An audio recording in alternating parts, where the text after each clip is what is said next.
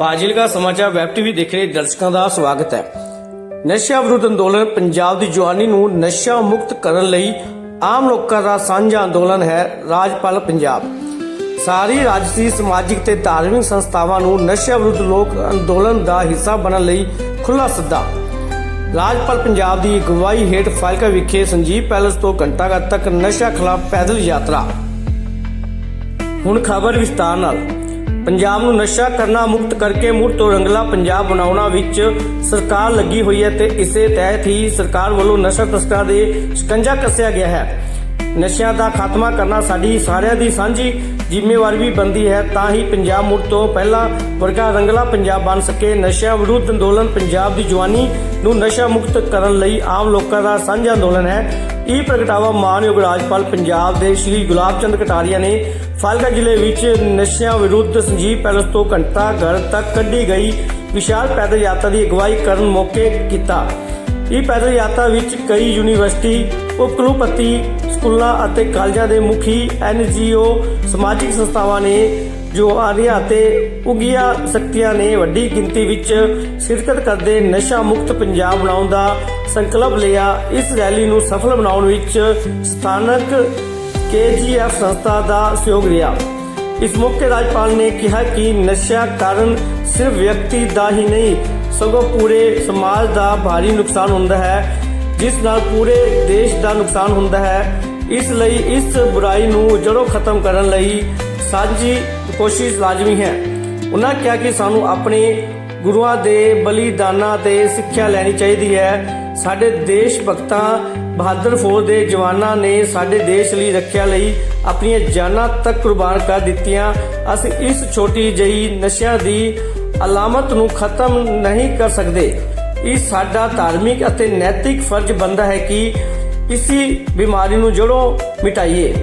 ਯਾਤਰਾ ਉਪਰੰਤ ਘੰਟਾਘਰ ਵਿਖੇ ਭਾਰੀ ਇਕੱਠ ਸੰਬੋਧਨ ਕਰਦਿਆਂ ਉਹਨਾਂ ਜ਼ੋਰ ਦਿੰਦਿਆਂ ਕਿਹਾ ਕਿ ਸਭ ਤੋਂ ਪਹਿਲਾਂ ਸਿੱਖਿਆ ਸੰਸਥਾਵਾਂ ਨੂੰ ਨਸ਼ਾ ਮੁਕਤ ਬਣਾਉਣ ਦੀ ਲੋੜ ਹੈ, ਕਿਉਂਕਿ ਨੌਜਵਾਨੀ ਦੇ ਸਹੀ ਰਾਹ ਤੇ ਪੈਣ ਨਾਲ ਹੀ ਸੂਬੇ ਦਾ ਭਵਿੱਖ ਸੁਰੱਖਿਅਤ ਹੋ ਸਕਦਾ ਹੈ।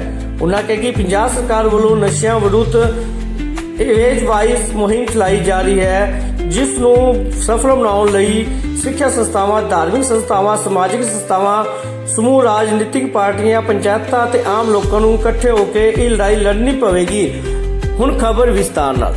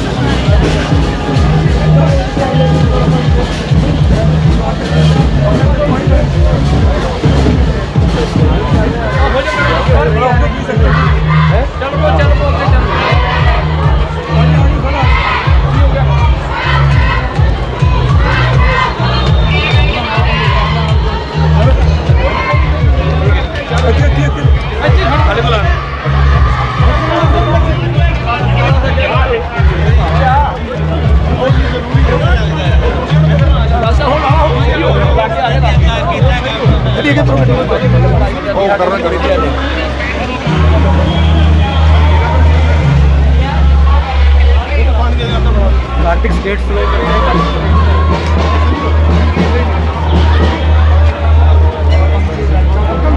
बहुत बढ़िया उपराला था। करण जी चलो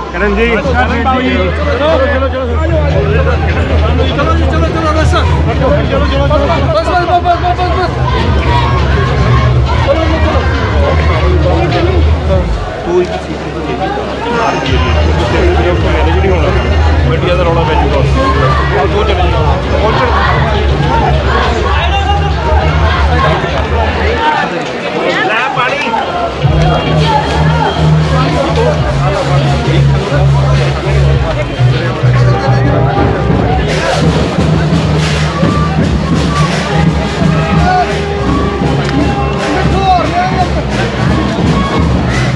तारीख पहुंच होया फाजिलका दे विच लाइव तस्वीर दिखा रहा तुहानूं फाजिलका दे विच।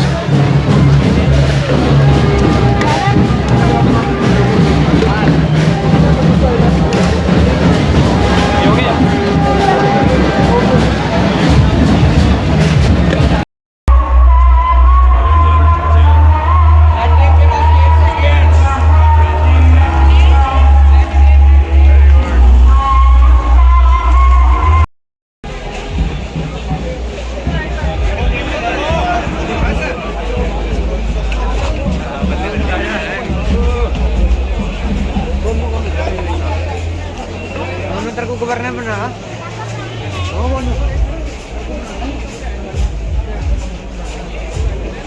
ਫਾਜ਼ਿਲਕਾ ਵਿਖੇ ਅੱਜ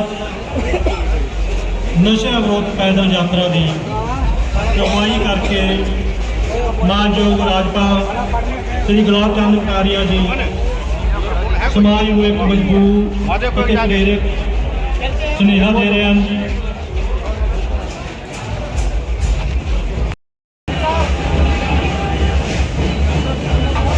गुलशन जी अंदर मुक रहे हैं जी। गुलशन जी सामने हो जाओ।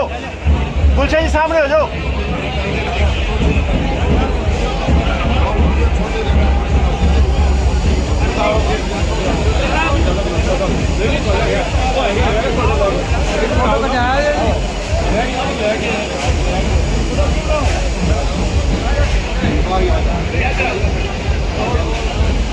ਨਸ਼ਾ ਬਹੁਤ ਜ਼ਿਆਦਾ ਵੱਧ ਚੁੱਕਿਆ ਹੈ।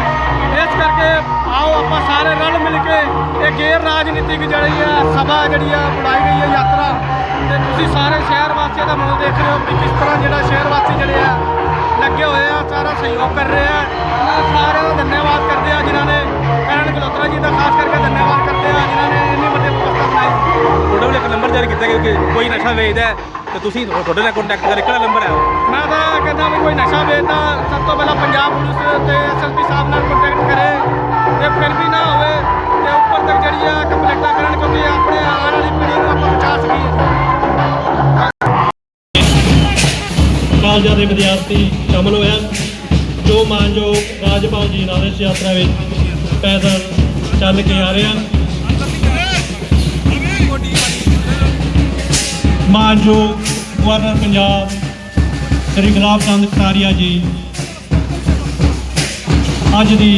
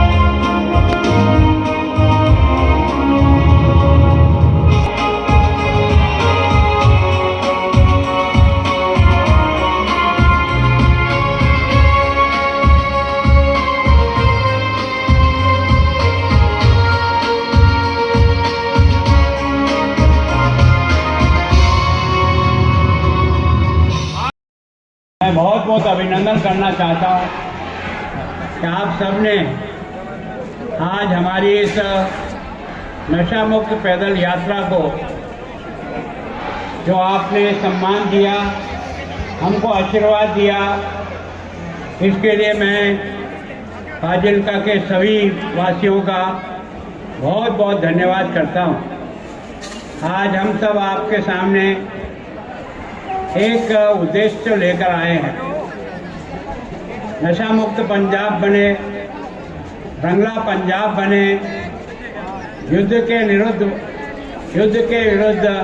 नशिया विरुद्ध इस अभियान में आप सारी जनता का भी आशीर्वाद इस कार्यक्रम को मिले। विशेष रूप से आज इस पद यात्रा में भाग लेने वाले एमएलए साहब, पूर्व मंत्री साहब, सभी पार्टियों के नेतागण, विश्वविद्यालय के कुलपति और उनके सभी प्यारे विद्यार्थी भाइयों, जितने भी महाविद्यालय हैं उनसे आए हैं, एनसीसी के और बाकी सब कैडेट, और आप सबकी उपस्थिति ने इस यात्रा को एक जन आंदोलन के रूप में आगे बढ़ाने का प्रयास किया है। मैं सोचता हूं कि किसी भी सामाजिक बुराई को समाप्त करने के लिए जब तक समाज और जनता खड़ी नहीं होती है तब तक उसकी सफलता नहीं मिलती है। मैं आप सबसे ये प्रार्थना करता हूँ कि न तो आप नशे से जुड़े, और अपने आसपास में अगर कोई गलती से जुड़ गया तो नफरत नहीं करें, बल्कि उसको भी इस बीमारी से बाहर निकालने का जो प्रयत्न अपने से हो सकता है वो सारा प्रयत्न करें। विशेष करके मेरे विद्यार्थी भाई बहनों से निवेदन है कि उनकी संस्थान में जहाँ वो पढ़ते हैं न तो स्वयं नशा लें, और अगर अपना कोई मित्र गलती से नशे के चक्कर में आ गया है तो उसे छुड़ाने का प्रयास करें। मैं सोचता हूँ अगर रंगला पंजाब बनाना है, विकसित पंजाब बनाना है, विकसित समाज बनाना है, तो विकसित देश बनाना है, तो इस बीमारी को यहाँ से निकालना पड़ेगा। हमारा जो पड़ोसी शत्रु देश है जिसकी सीमा पर आप है, वो हमको युद्ध में हरा नहीं सकता। उसने बार बार प्रयत्न करके देख लिया, हर बार मार खा के जाना पड़ा। अब उसने ये भारत के नौजवान को कैसे कमज़ोर किया जाए, इसके लिए इस नशे को ड्रोन के माध्यम से भेज रहा है। सरकार ने भी बराबर प्रयत्न किया। मार्च से लेकर अब तक मैं सोचता हूँ 31,000 मुकदमे सरकार ने बनाए हैं और लगभग 41,000 लोगों से अधिक को गिरफ्तार किया है। लगभग 300 करोड़ रुपए की संपत्ति को नष्ट किया है। लगभग 15 करोड़ से अधिक कैश मनी को प्राप्त किया है। मैं सोचता हूँ 1900 किलो से भी अधिक हीरोइन को जब्त किया है, जो अरबों रुपए की संपत्ति के रूप में है। लेकिन केवल और केवल सरकार के, फौज के, बीएसएफ के, यहाँ के लोकल प्रशासन के, यहाँ की पुलिस से अकेले ये बीमारी का अंत नहीं होता। इस बीमारी का अंत करने के लिए हम सब लोगों को भी इसमें पूरी मदद करनी चाहिए, पूरा प्रयत्न करना चाहिए। ये समस्या पंजाब को कमज़ोर करने के लिए हमारे पड़ोसी देश ने इसका उपयोग किया है। मैं सीमा के कई गांवों में भी गया हूँ जहाँ 21 वर्ष से लेकर 35 वर्ष के नौजवान की संख्या बहुत कम है। ऐसी माताएं बहनें भी मिली जिसको एक ही परिवार में तीनों बच्चे एक तरह से इस ड्रग के कारण से कोई दुनिया छोड़ के चले गए। मैं सोचता हूँ जिस परिवार में भी ये होता है उस परिवार की क्या दशा होती है वो आप और मैं बहुत नज़दीक से अनुभव करते हैं। अगर किसी की पीड़ा को देखकर केवल आंखें बंद करने से समाज की समस्या हल नहीं हो। समाज की समस्या को समझकर अपनी समस्या मानो और उसको दूर करने का प्रयत्न करो। सफलता ऊपर रहने वाला कोई है वो हमको देगा। भारत हर समस्या में से निकल गया। इतने युद्ध किए हमने, इतने लोगों की कुर्बानी दी है, और गुरु साहब ने जो जिस प्रकार का इतिहास अभी 350 वर्ष तेज बहादुर का आपने मनाया है, अभी बच्चों का बलिदान दिवस आपने मनाया है ना। इस देश के लिए, इस संस्कृति और धर्म की रक्षा के लिए क्या नहीं किया।